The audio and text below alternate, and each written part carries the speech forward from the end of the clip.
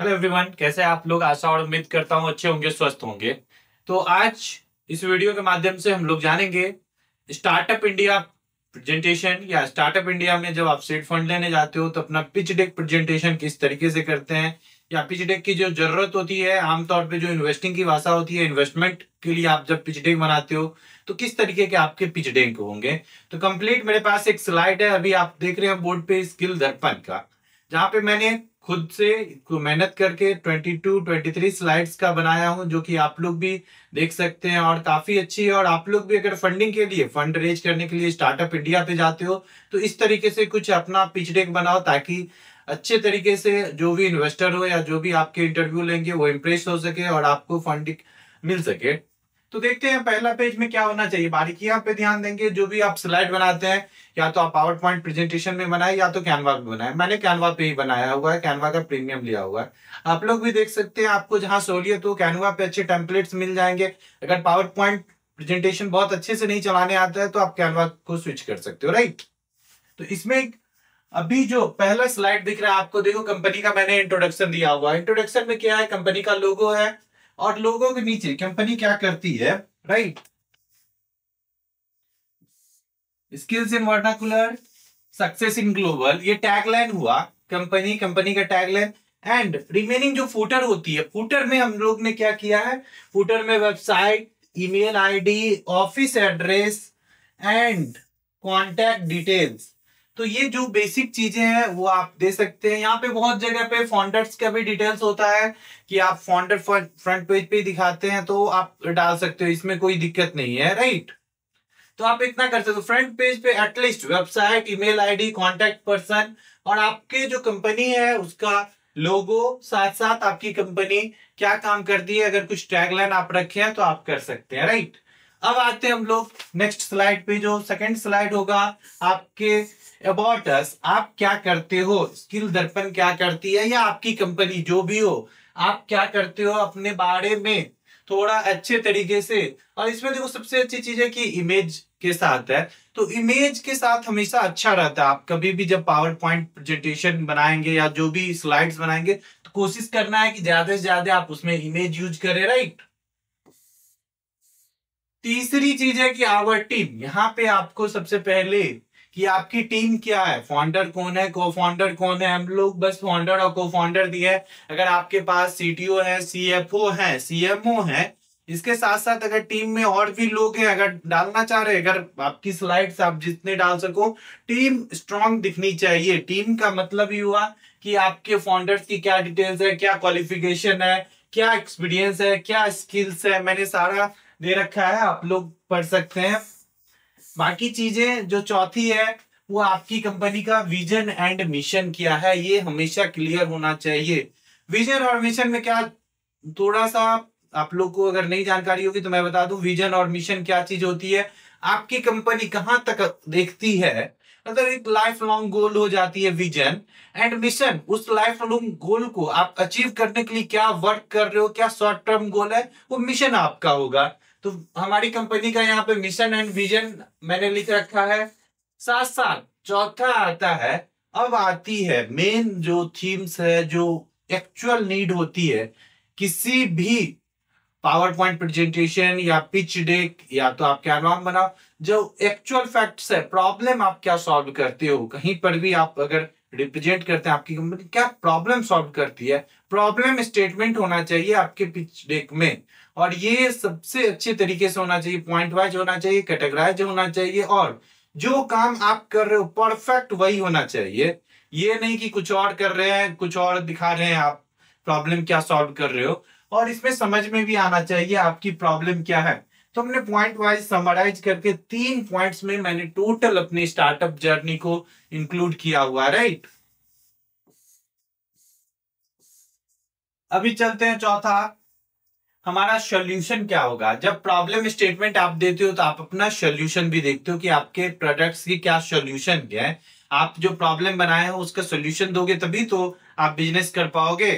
और सबसे बड़ी चीज है स्टार्टअप। अगर जो पहले वीडियो देख रहे हैं स्टार्टअप नहीं समझ में आती, स्टार्टअप होती क्या है, तो हम लोग क्या करते हैं किसी भी सोसाइटी में या अपने आस पड़ोस में जो भी है वहां पे एक प्रॉब्लम होती है, उसको हम सॉल्व करते हैं और उससे एक बिजनेस जनरेट करते हैं जो कि स्केलेबल हो, जिससे हम रेवेन्यू कमा सके, जो प्रॉफिटेबल हो, उसे हम लोग स्टार्टअप कहेंगे, राइट। तो जितने भी लोग हैं जो भी कॉलेज से निकल रहे हैं, बहुत सारे यंग स्टूडेंट्स हैं जो लोग एंटरप्रेन्योर बनना चाहते हैं या स्टार्टअप कर भी रहे हैं, या बहुत सारे ऐसे लोग होंगे जो लोग अभी सीड फंड के लिए देख रहे होंगे, अपनी कंपनी चला रहे हैं, तो उन सभी के लिए एक अच्छा है कि आप अपना पिच डेक किस तरीके से बना सकते हो। तो अब देखो प्रॉब्लम हो गया, सोल्यूशन हो गया, अब आपके प्रोडक्ट्स क्या हैं, आप जो सोल्यूशन दे रहे हो आपके प्रोडक्ट्स क्या है, तो आप प्रोडक्ट्स अपना दिखा सकते हो। इसमें आप इमेज हमेशा यूज करना, प्रोडक्ट में आइकन्स यूज करना। देखिए आइकन्स जिस तरीके से प्रोडक्ट में इमेजेस और आइकन्स आपको यूज करने हैं। इसके बाद क्या होगी, आवर सर्विसेज, आप सर्विसेज क्या दे रहे हो प्रोडक्ट के अलावा, अगर आपके पास सर्विस पार्ट है या प्रोडक्ट को एक्सटेंशन करते हो तो ये चीज आप बताओ वहां पे स्लाइड्स में। नेक्स्ट स्लाइड है आवर टारगेट मार्केट, आप टारगेट किस चीज को कर रहे हो, आपके कस्टमर्स कौन है, राइट। तो ये आपको लिखना पड़ेगा, बताना पड़ेगा। मार्केट शेयर डिस्ट्रीब्यूशन आप इसमें देख सकते हो, अगर ये आपके पास डेटा है तभी आप लिखो, नहीं डेटा है तो आप इस स्लाइड को थोड़ा सा छोड़ सकते हो, बहुत ज्यादा इंपॉर्टेंट नहीं है। मार्केट शेयर डिस्ट्रीब्यूशन अगर नहीं आप करना चाहो तो नहीं कर सकते हो, डेटा नहीं मिल रहा है कहीं पे तो आप नहीं भी कर सकते हो, ये तो बहुत ज्यादा इंपॉर्टेंट नहीं है, लेकिन हाँ आप कर लेते हो तो आपके लिए एक वैल्यू एडेड हो जाती है। यूएसपी मोस्ट इंपॉर्टेंट है, यूएसपी रहना ही चाहिए। आपका स्टार्टअप कैसे यूनिक है, कैसे दूसरे से अलग है, तो ये आपकी एक अलग एंटिटी होती है, अलग यूएसपी होती है, यूनिक सेलिंग प्रोपोजिशन होती है, या पॉइंट्स आप यहाँ लिखा हुआ है, तो ये यूएसपी हो गया। जिसमें बायलिंगुअल लर्निंग, अफोर्डेबल प्राइस, ये तो हमारा है तो हम अपनी कंपनी का लिखेंगे, लेकिन आप अपनी कंपनी का आपका यूएसपी क्या होगा ये आप कंसीडर करोगे। नेक्स्ट आता है गो टू मार्केट स्ट्रेटजी। अब मार्केट जो इतनी बड़ी है, इंडिया मैप दिख रहा है, ये जो पूरी मार्केट है आप कैसे उसमें एंट्री कर रहे हो ये तो बताओगे सामने वाले को। अगर आप पैसे के लिए डिमांड कर रहे हो तो आपके पास तो पूरी नॉलेज होनी चाहिए, बैकअप प्लान्स होनी चाहिए, प्लान ए होनी चाहिए, प्लान बी होनी चाहिए, आप किसको कब एग्जीक्यूट करोगे, आपके पास पूरा का पूरा रोड मैप होना चाहिए, और वो आपके प्रेजेंटेशन में दिखना चाहिए। नहीं दिखेगा तो फिर आपके सामने वाले क्यों फेथ करेगा, कोई क्यों इन्वेस्ट करेगा आपके आइडिया में, कोई सामने से पैसे दे रहे क्यों देगा, जब तक आपको आपके आइडिया के बारे में फुलफिल ना पता हो। तो आप जो इस आइडिया पे काम कर रहे हो उस पर डीपली रिसर्च करें, बहुत सारे डेटा कलेक्ट करें, उनको बहुत अच्छे से जाने, तब आप प्रेजेंट करोगे तो बहुत अच्छे तरीके से आप लोग फंड रेज कर सकते हो। तो अभी हम लोग ये पिच डेक भी बनाए हैं, स्टार्टअप इंडिया फंड के लिए बनाए हैं, तो आप लोग जो भी स्टार्टअप इंडिया फंड को देख रहे हैं आप इस तरीके से प्रेजेंटेशन, तो ये इसमें फेज 1 है, फेज 2 है, फेज 3 है, फेज 4 है, 4 फेज में हम लोग किस तरीके से अपने बिजनेस को मार्केट में स्ट्रेटजी कर रहे हैं, तो ये हमारा पूरा का पूरा पॉइंट आउट किया हुआ है। इसके बाद है सोशल इम्पैक्ट। आप अगर स्टार्टअप करते हो तो आपके स्टार्टअप्स के क्या सोशल इम्पैक्ट पड़ रहे हैं हमारे समाज में, यार पड़ता है नहीं पड़ता है, लेकिन आपको दिखाना पड़ेगा कि इससे सोशल इम्पैक्ट भी आती है। हमारे जो भी हमारा तो एजुकेशन है, ऑब्वियस सी बात है कि सोशल इम्पैक्ट आएगी। आप किसी भी तरीके का वर्क कर रहे हो उससे कहीं ना कहीं सोशल में इम्पैक्ट होता ही है, चाहे लोगों को आसानी से सामान मिल जाए या बहुत परेशानी हो रही है उसको आप दूर करें, social impact, living style, life style सुधर जाए, बहुत सारी चीजें हो सकती है। आपका एज पर योर बिजनेस, आप हेल्थ सेवा में कर रहे हो तो हेल्थ लाइफ बढ़ जाएगा। तो सोशल इम्पैक्ट आपको बताना है कि आपके स्टार्टअप्स किस तरीके से सोशली इम्पैक्ट करती है। फिर इन्वेस्टमेंट बेनिफिट क्या होगा, अगर कोई इन्वेस्टर इन्वेस्ट करती है तो उसके बेनिफिट्स क्या होंगे उसको पॉइंट वाइज करना है। फिर आपकी एग्जिट स्ट्रैटेजी होनी चाहिए, एग्जिट स्ट्रैटेजी में आप किस तरीके से कंसीडर करोगे कि कोई इन्वेस्टर आया वो कितना दिन आपकी कंपनी में रहेगा। कोई इन्वेस्टर पॉइंट आउट करके आता 2 साल 3 साल, यार इसके कंपनी में मुझे इन्वेस्ट करना फिर मैं रिटर्न लेके निकल जाऊंगा, तो क्या प्लानिंग आपने रखा कि 3 साल में उसको 5 टाइम्स 4 टाइम्स रिटर्निंग दे आपको जो भी इन्वेस्टमेंट मिलेगी। इसके साथ साथ कॉम्पिटिटिव लैंडस्केप क्या है, आप दूसरों से अलग कैसे हैं, इसको कॉम्पिटिटिव एनालिसिस भी कहते हैं, कॉम्पिटिटर का एनालिसिस। या तो आप इस तरीके से कर सकते हैं या तो एक कॉलम वाइज बना सकते हैं कि आप कॉम्पिटिटर से किस तरीके से डिफरेंट हो। आवर कॉम्पिटिटिव एडवांटेज, आप इसमें आपकी क्या एडवांटेज है ये आप एक स्लाइड ऐड कर सकते हो, और नहीं भी ऐड करोगे तो इस स्लाइड से आपका काम चल जाएगा। टॉप कॉम्पिटिटर्स इन इंडिया, तीनों एक ही स्लाइड है, मतलब कॉम्पिटिटर एडवांटेज है, कॉम्पिटिटर्स को आप कैसे बीट करोगे आपको ये बताना पड़ेगा। इसके बाद है कि our 5 phase road map. Road map में भी पहले मैंने मार्केट एंट्री स्ट्रैटेजी बताई थी, अब रोड मैप है कि हम लोग किस तरीके से पूरा का पूरा अपनी कंपनी को एक्सक्यूशन करेंगे। तो phase 1, phase 2, phase 3, phase 4, phase 5 में अपनी कंपनी का कैसे कैसे वर्क प्रोफाइल करेंगे, ये सारा मेंशन है।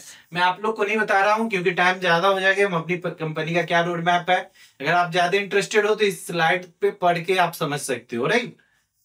फ्यूचर ट्रेंड्स इन एडटेक, हमारी जो कंपनी है इसमें फ्यूचर ट्रेंड्स क्या आने वाली है इसको भी मैं कंसीडर कर रहा हूं कि आने वाले दिनों में फ्यूचर में क्या क्या इसमें चेंजेस हो सकते हैं। तभी तो लगेगा आप बहुत ज्ञानी बाबा हैं। आपको ये साबित करना पड़ेगा कि जो सेक्टर है उसमें सबसे जानकार आप ही हो, राइट।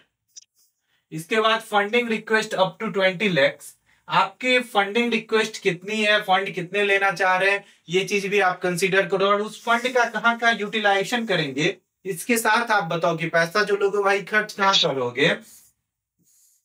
इसके बाद आपका प्रेजेंस कहाँ पे है, गूगल प्ले स्टोर या जो भी है, आप इन चीजों को दिखाओ कि हाँ हम कहाँ पे हैं। सोशल मीडिया का लिंक दे दो और लास्ट में थैंक यू पेज जो होता है एक ऐड कर दो आप। तो इतना सारा करने के बाद आपका कंप्लीट रूप से स्टार्टअप इंडिया या किसी भी फंडिंग के लिए आप आमतौर पे चले जाए तो प्राइवेट इक्विटी में भी जाना चाहेंगे तो ये आपके लिए बहुत अच्छा रहेगा। और इसमें प्राइवेट इक्विटी में जाओगे तो थोड़ा सा और जो इन्वेस्टमेंट प्लान है, कितना लेना है, कितना इक्विटी आप शेयर करोगे, ये भी आपको वहां पे लिख के देना पड़ेगा कि मैं इतनी इक्विटी, हम अपना इतना डाइल्यूट करेंगे। और अपनी कंपनी का वैल्यूएशन भी बताना होगा कि हम अपनी कंपनी को वैल्यू इतना करने वाले हैं। तो ये सारी चीजें आपको जरूरी होती है। तो ये कंप्लीट एक समराइज हो गया। और जिन लोगों को भी पीडीएफ चाहिए तो हमारे मेल पे रिक्वेस्ट कर सकते हैं, मैं पीडीएफ ये डायरेक्ट शेयर कर दूंगा जो कि आप कैनवा में ओपन करके एडिट कर सकते हैं। Thank you.